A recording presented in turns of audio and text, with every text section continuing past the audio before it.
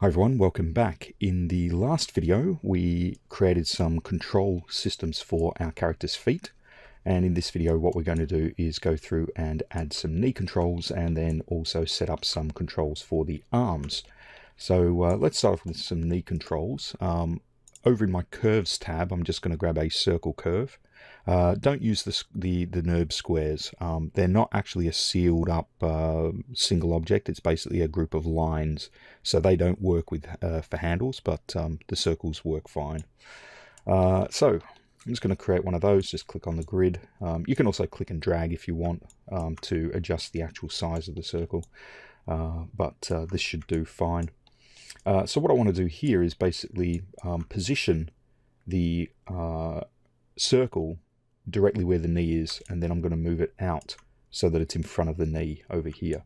So I'm going to grab the move tool, I'm going to switch on point snap, and then I'm going to snap this to the character's knee like this, and then turn off point snap, and then just drag this out in front of the knee, somewhere like that. Okay. Then I'm going to just rotate this around. So I'll grab the rotate tool and I'll hold down the J key and then just rotate this around like this. It doesn't really matter which direction you place this either. It doesn't matter if it's sort of side on like this or if it's sort of front on like this. Okay, that's sort of not important. The thing that matters is that this is sort of very clear away from the model so that the animator can actually select it easily. Okay, so if I go back to show polygons, you can see that this is sort of not going to be hidden inside the model anywhere. All right, I'll scale this down. So I'll just grab the handle in the middle. So it only needs to be pretty small like this. It doesn't really matter too much how big it is. Something like that should be fine.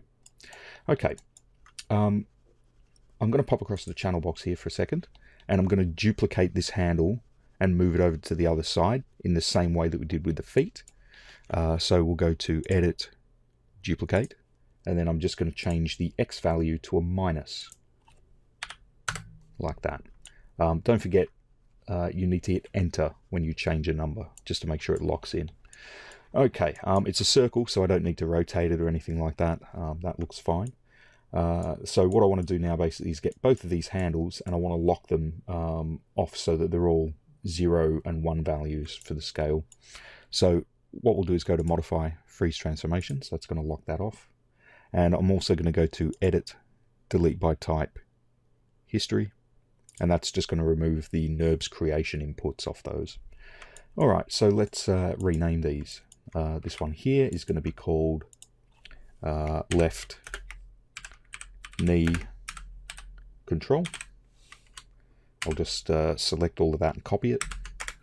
And over here, this one's going to be called right knee control, obviously. So just change the L to an R. Just hit Enter to lock that in. Okay. So basically what this control is going to do is it's going to actually control our twist value on our ankle IK. So as I mentioned in previous videos, the leg IK has a forward direction so that it knows which way the knee is pointing. And if I hide my model, you can see at the top of this IK handle there's this big ring and then this white arrow. Okay, now that arrow is pointing in the direction that the knee is. And it can be controlled using this twist value just here. So if I select the twist, you can see if I middle mouse drag in the viewport, it's adjusting the direction the knee is pointing in. All right. Now, for an animator, that's going to be a pain to select because it means they're going to have to come down here and try and find the correct IK handle.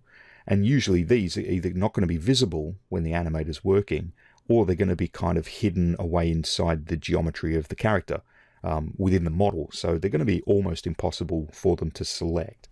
So what we're going to do is create a connection between this handle object that we've made and this twist connection just here. Okay, and that will allow us to just select the handle and move that around, and that will control the leg twist. Okay. So what I'm going to do is I'm going to select the control handle. I'm then going to shift select the IK handle for the ankle. Okay, it's not the foot or the toe, it's just the ankle. Then what I'm going to do is come up to constrain and select pole vector, like that.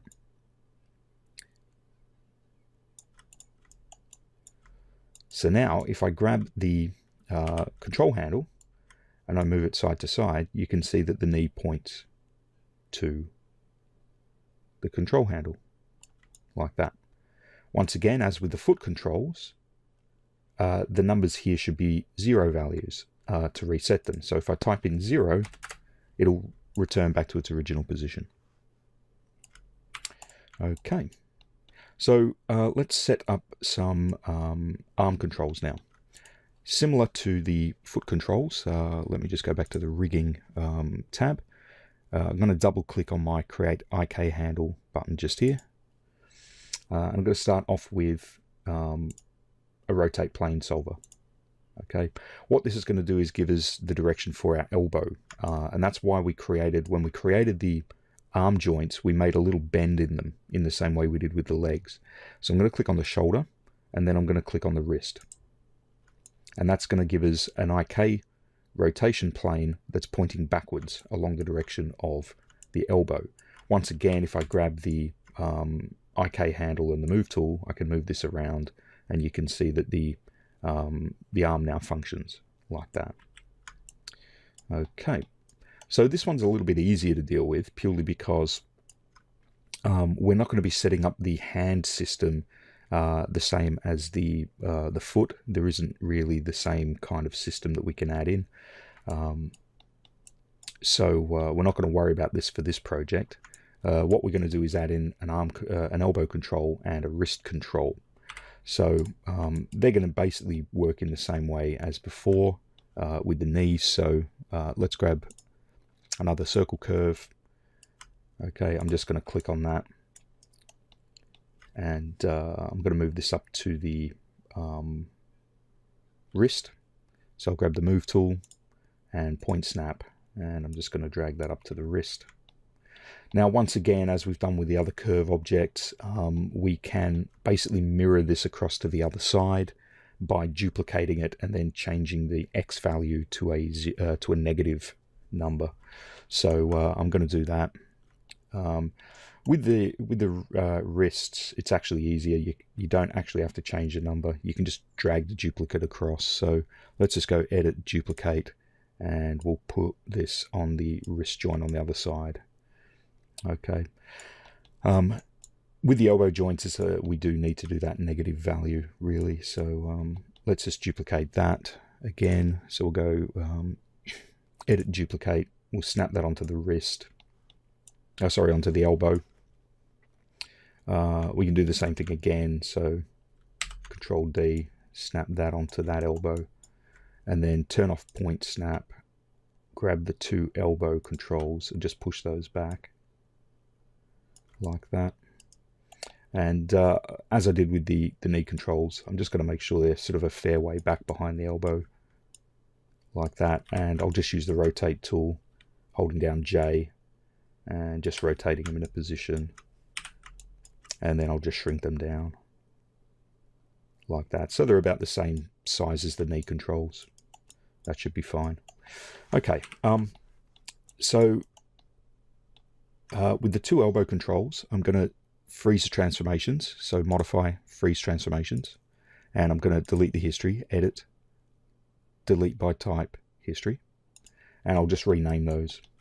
So this one here, if I go over to the channel box, you can actually rename them in here as well. I'll just do it here.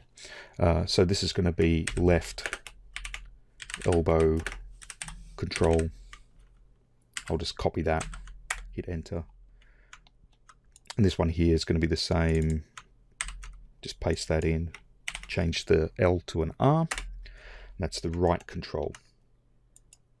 This one here is going to be the wrist control. I am going to rotate this round in a second, so I'll just rename this first. So this one's going to be left wrist control. I'll just copy that. And then on the other side, this one here is going to be right wrist control. So I'll just paste that in and change the L to an R. Okay. So with the wrist controls here, what I'm going to do is just rotate those around in the Z direction. Once again, I'm holding down the J key before I click and drag on that control. And that's going to give us a handle like that. We can do the same thing over this side as well. So hold down J and then rotate that around. So they're at 90 degrees to the arms. Now, you can kind of leave the arm control sort of at a size about sort of roughly like this. I might scale them down just a fraction, and I'll switch on my polygons just so I can see how big the arms are. So I kind of scale them down slightly, I think. Okay, you do want quite a gap between your geometry and your handles, just so that if the hand is rotated around in a particular way, there's always going to be plenty of clearance where you can click on the handles. So something like that should be fine. Note that I'm keeping them a bit bigger than the elbow controls so that they're going to be more easily distinguishable between the two. Okay, so what we'll do is we'll go modify, freeze transformations, and then edit, delete by type history again, just in case. There we go. And now what we're going to do is basically connect these up. So I'm going to do a pole vector system again for the elbows onto the IK handles. So I'm going to select this control. I'm going to shift select the corresponding IK handle for the wrist, and I'm going to go up to constrain pole vector. So that's going to allow us to position the elbow. And you can see at the moment what that's doing is actually twisting the hand joint as well. When we connect the wrist up to here, that's going to basically stop that from happening.